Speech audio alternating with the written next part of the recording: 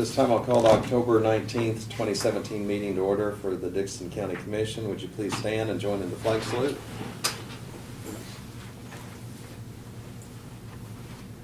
I pledge allegiance to the flag of the United States of America and to the republic for which it stands, one nation, under God, indivisible, with liberty and justice for all.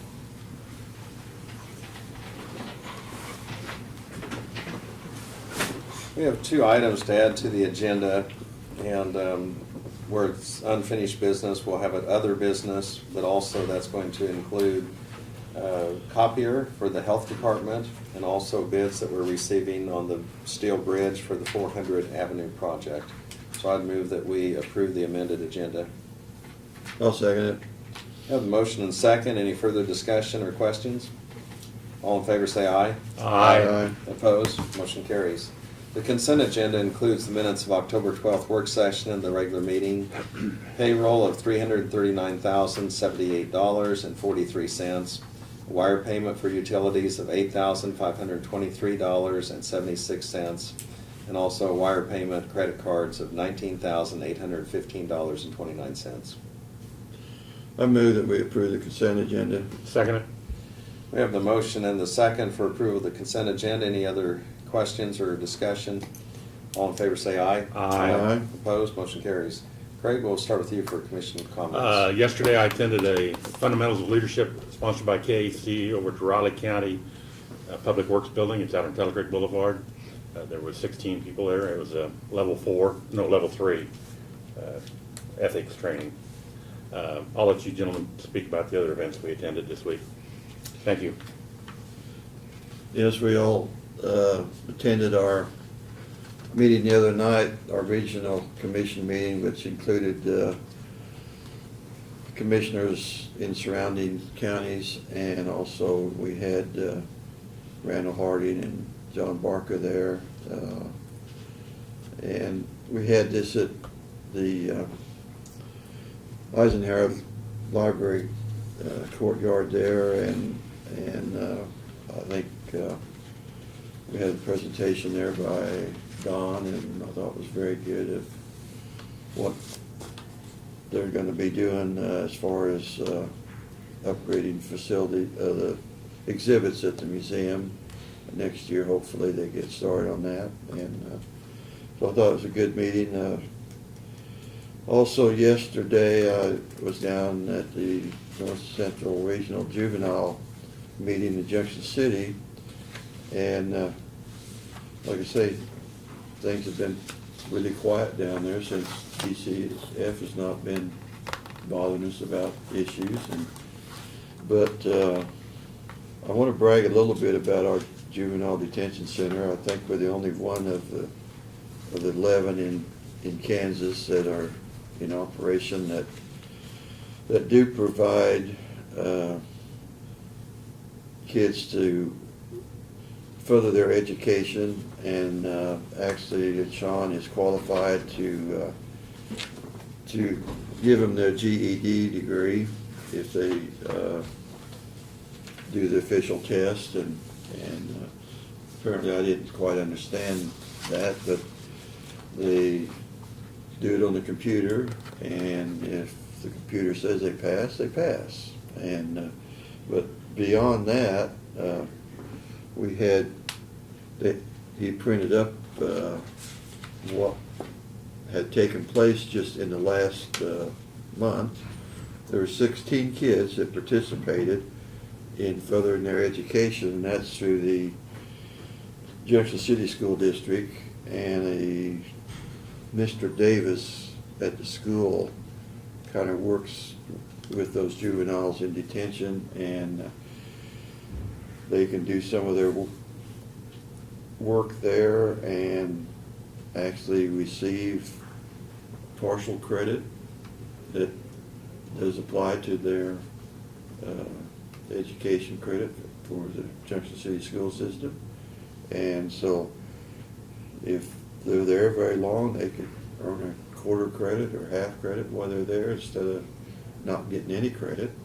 And so someone that do get out and go back to school, they've gained a little bit on the number of credits that they've earned so that possibly they could get their degree. But the GED last month was awarded to one of those 16 students, and like I say, we talked quite a bit about that it's maybe not like a high school degree, but when employers are looking at that, and at least it showed the initiative that student, did take the test and did well enough to pass. So, like I say, we are the only juvenile center that does that in the state, and we're kind of proud that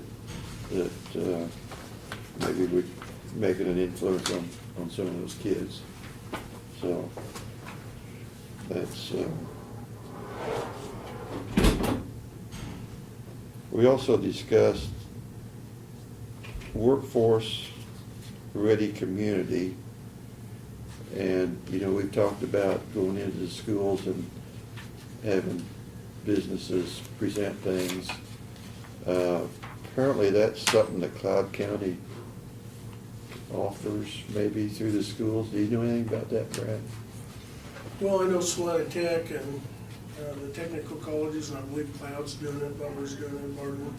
They've got a program that they, essentially, if you graduate from their program, that they will guarantee you job placement. Now, I know Salina Tech has done that for a long time, because they did it when I was there. And I think the colleges kind of done on that thing too, that they'll help place you in a career, or in a job once you graduate. That may be what you're talking about. Well, they called it Workforce Ready Community. They work with the employers in the community, and those employers, if you're, let's say you're an electrical provider, you communicate with the instructor for the electrical class, and he's looking for 3 employees, and that they develop a report where that instructor that will say, well, I've got 3 of them that would fit perfectly into your business, and this is their strong and weak points, and he recommends them, then they help place them in the community, and I think that's probably what you're talking about, so, which is a good program, a very good program. Well, that was just, like I say, The technical schools have done that for a long time, and I think colleges have started to do the same thing in some of their, because they're teaching more aspects like Cloud County's big in the wind farm environment, and things like that, so. that's all I. All right, thank you. Central Kansas Mental Health, we had our board meeting on Monday, and then also a conference call with the KAC, and this was on our legislative issues. There's going to be a follow-up on that Tuesday that I plan to attend in Topeka. As Laverne mentioned, we did have a county supper, regional county supper at the Eisenhower Library, and Don Hammett was very gracious and gave us an update on some of the remodeling that's going to take place. And it's kind of interesting, even though some of the other county commissions or commissioners were from surrounding counties, there were a few of them that told me, they said, they have not really visited the Eisenhower Library, and they've always thought they should.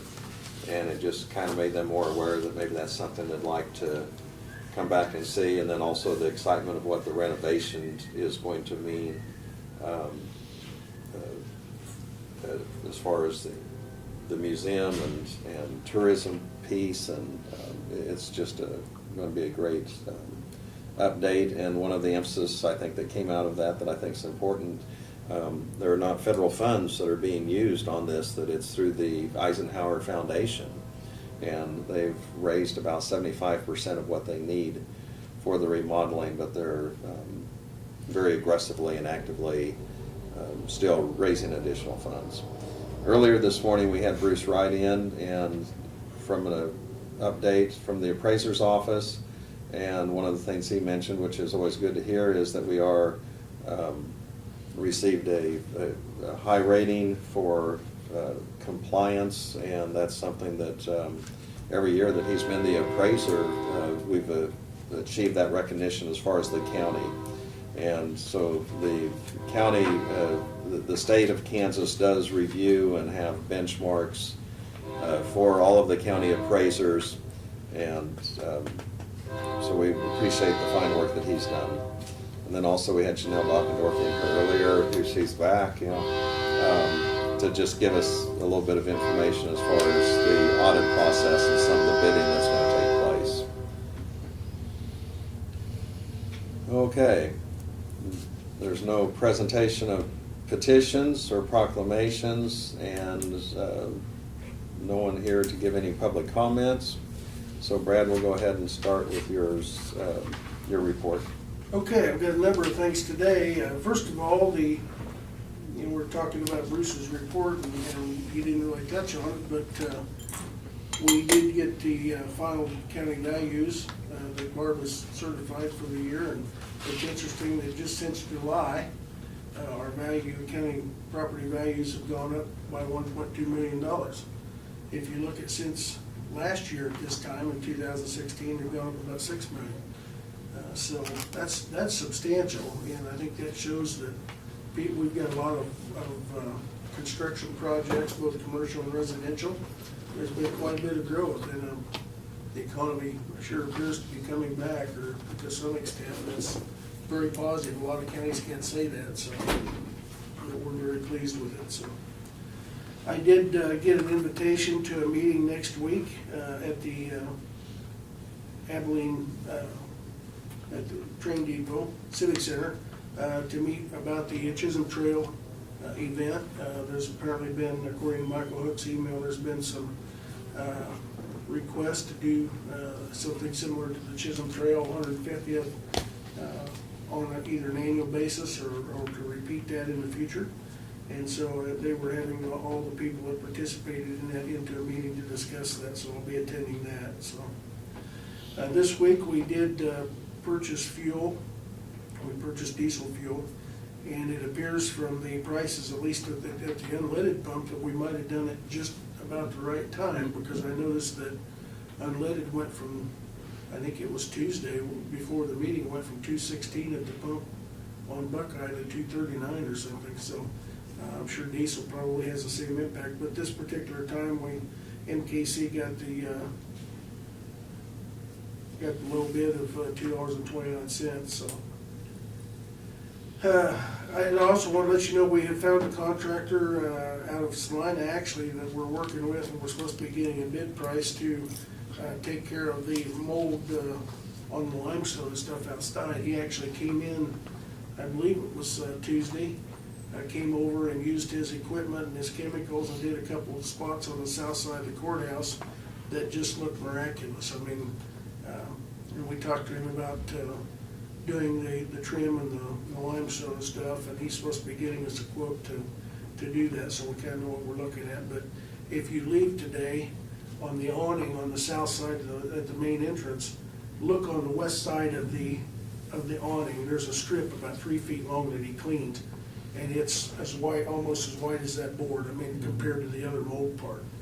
And we were kind of questioning about that because we tried to pressure wash it and it didn't work. And he said his equipment's got over 4,000 psi at the tip and the chemicals he uses, and he was confident with the issues that we've got that he could take care of that. So we said, well, we were a little skeptical, so we'd like to get a test done before we get too far. And he came over and tested it. Sure enough, I mean, he said he can actually cut rock with his one of his tips or something. But at any rate, we're working with him, and we will hopefully see a dramatic change in the looks of the courthouse coming up here. So. Did he say anything about sealing it afterwards or not? Yes, and he does that too. When he's done, he puts a chemical on that seals that limestone. So I'm glad you asked, yeah, because he said that was pretty important. Yeah. So, yeah.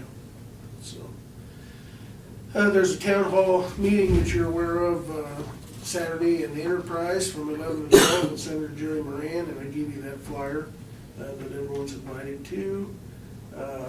We have received 2 requests this week for stop signs. This must be a week for stop signs. We've got one from the city of Harrington to install a stop sign at West Walnut and Union Road. And then we also got one from Noble Township to install a couple stop signs on Quail Road at 2650 Avenue. So we're doing following the statutes and having our engineer do a study on those and then we'll come back with recommendations and resolutions as they deem appropriate here, most probably here next week, as soon as next week, so. Also, Barton was contacted by the engineering firm that's been hired by the wind farm project, and he has, one of his staff will be going out next week and helping locate the section corners at about 20 locations in our county. At the same time, could we have somebody GPS those? Could we?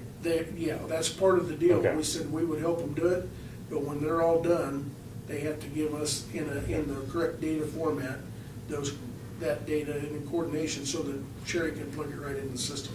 So, but part of the statute, my understanding, the statute says that we're required to go out and help locate those for somebody. We really want to be involved in it because it entails digging up the intersection, and we want to make sure that there's no holes left or anything dangerous, so. He thought maybe he'd be able to get them done in a week or week and a half, so. But anyway, I think it's good news that we know that there's something going on the wind farm, and it's actually progressing to some degree, so. The guys also started this week on a small structure at 1904 400 Avenue, which is one of our fish passage projects. And the metal that is been added to the agenda today is for that particular project, so. And then I also provided you a flyer that we got from K-Camp yesterday, and ironically, it deals with an issue that we have been dealing with for several years, and that is management of the right-of-ways. And for the most part, it's a flyer that talks about the hazards of putting fortified mailboxes in the right-of-way along the roadways. And we do have a number of those around the county, and the hazards that are associated with those. And sometime in the future, we'll probably just need to get some guidance from you on how far you want us to go with that to try and enforce those things. We did have a recent accident over in the Chapman area that resulted in substantial damage to not only the mailbox, but a vehicle, and potential injury to somebody. And so it does happen, and we want to make sure the right-of-ways are safe. And so give you a chance to read that, and we'll talk about it in a future work session. So, and then just a reminder, the next Thursday morning is our drive tour from 8 to 11, and we'll just meet here and leave at 8 o'clock. So that's all I've got. Okay. And did Doug have any information for you, or? I haven't heard, so Okay. I just checked my email and he didn't say anything, so I don't know. He must have got tied up in court, so. Okay. Notices and communications, as you mentioned, we had that from K-Camp on the right-of-ways. And Senator Moran, there's going to be a Dixon County Town Hall meeting that you mentioned. That's at Enterprise, that's open to the public. And that's at their community building on 118 South Factory Street. And we also had a request on the Booster Club for Abilene High School, and that was just a mailing that they've sent out for anyone that wants to be a booster for $25. And we also have an invitation, not sure if we're supposed to send regrets, but it's for or if we're going to attend. And that's from Cook and Flat Engineers, Strobel.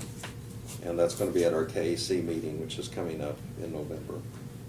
And I think that's all I have. Does anyone else have any items or notices that they've received they'd want to bring up? Nothing on the computer, right? Okay. We'll go on to other business, and this is to consider the appointment of the K-Camp voting delegates for the KAC conference. And let's see, Craig, you are going to be there, so I guess we'll exclude you from being a delegate. You could appoint me, but I wouldn't be, I'd have to do it by phone. Is there I think in the a, past, Laverne was your delegate and you were the alternate, if I remember Okay. right. so I Yeah, so could- moved could that we do that Could we again? flip that around? Well, why don't we keep you as delegate, because I'm going to, it could be that I Oh, okay. have to leave for a couple of hours down there, and I'm not sure if that's when their vote is. But I'd so move that you be the delegate, and I'll go ahead and serve as alternate. Second? We have the motion second. Any further discussion? All in favor say aye. Aye. Opposed? Motion carries. Craig's pretty happy that I just want to hear my we're vote. doing the heavy lifting here. Okay, the next one is consider the reappointing of Pat Sweeney to represent Dixon County on the North Flint Hills Area Agency. So moved. I'll second it. Okay. Any further discussion? All in favor say aye. Aye. Aye. Opposed, motion carries. And she does a great job for that. We appreciate her volunteerism and a lot of expertise and experience there. So she does a great job for us. Next item we have is to review and consider the bids for the 2018 county audit. You want to cover that, Brad, or Janelle's here? Well, Janelle had presented to you in the work session the results of the research that she did for the audit.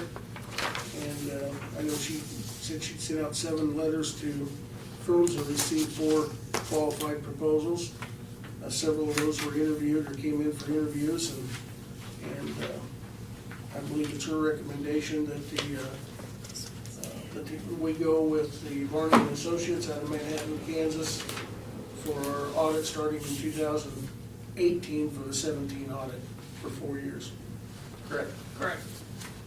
At a price of, The first fee would be $19,900, and that includes the audit, an estimated cost of $1,660 for a single audit, which we know we'll have for 17, budget review.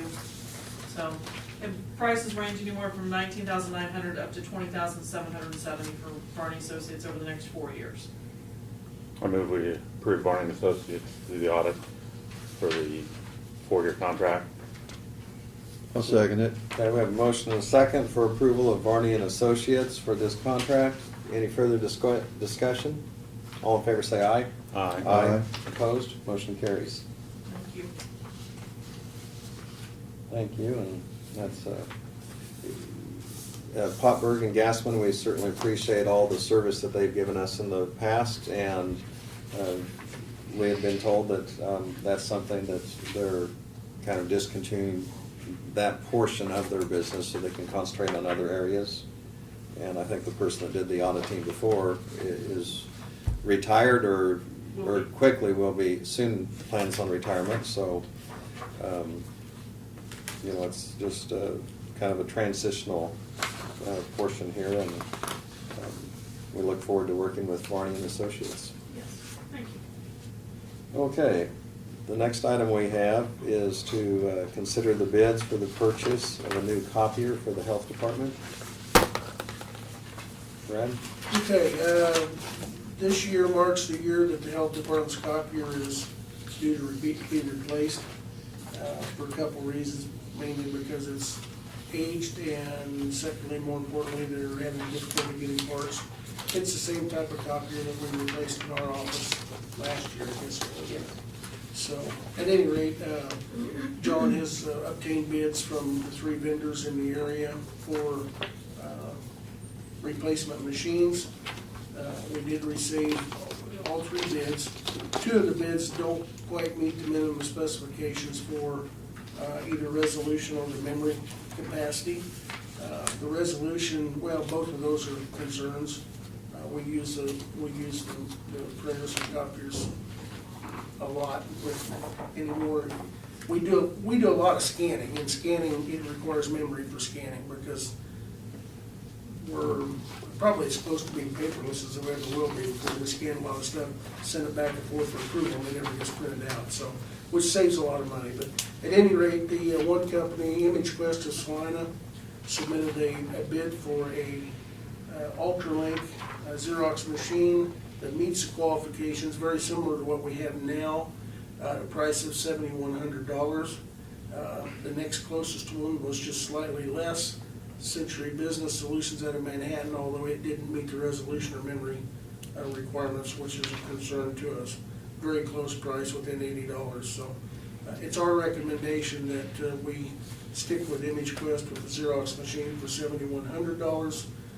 We do have that budgeted in the capital plan. We earmarked $9,000 this year for the replacement of machines. So our recommendation is to honor the ImageQuest proposal.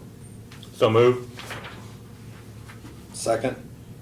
We have the motion and second for Image Quest. It's the bid of $7,100, and they're from Salina, Kansas. Any discussion or questions?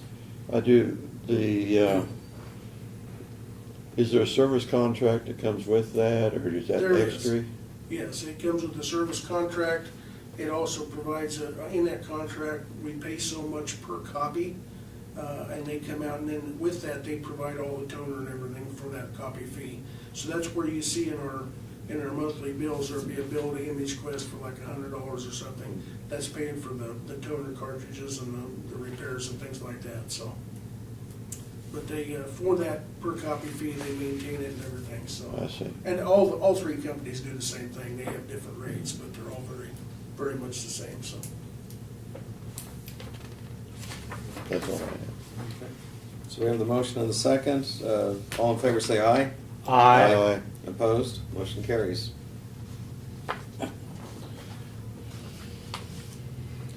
Okay, the next item we have is bids for the steel bridge. Okay, this is the bridge on 400 Avenue that I mentioned in my report that we've started working on. I won't go through the whole list of materials because it's kind of lengthy, but we did send that out to our suppliers. We received 3 quotes back, bids back from those companies. We only received 1 bid for the decking material, and that was some Wellborn Sales out of Salina. And for the however many pieces, there's quite a few pieces. That bid from Wellborn for that was $10,893. For the structural steel for the bridge, we received 3 bids, one from Husker, one from Odin Enterprises, and one from Wellborn, with the low bid being Husker Steel out of Columbus, Nebraska, at $14,665. So it's our recommendation that we honor both low bids. Both of those are freight outbound, delivered to our county yard as normal. And the low bid for the decking material would be Wellborn, and the low bid for the structural steel would be Husker Steel of Columbus, Nebraska. And we do have funds in our bridge 2017 budget to cover that, as well as this is a fish passage bridge, so essentially the federal government through the U.S. Fish and Wildlife pays for the materials on this, or reimburses us for it, so. And that's in the range that they would pay? It is, yeah, I think they're paying, I forget what it is, the whole project's, It's about 30 to the whole 30,000, everything, so. yeah.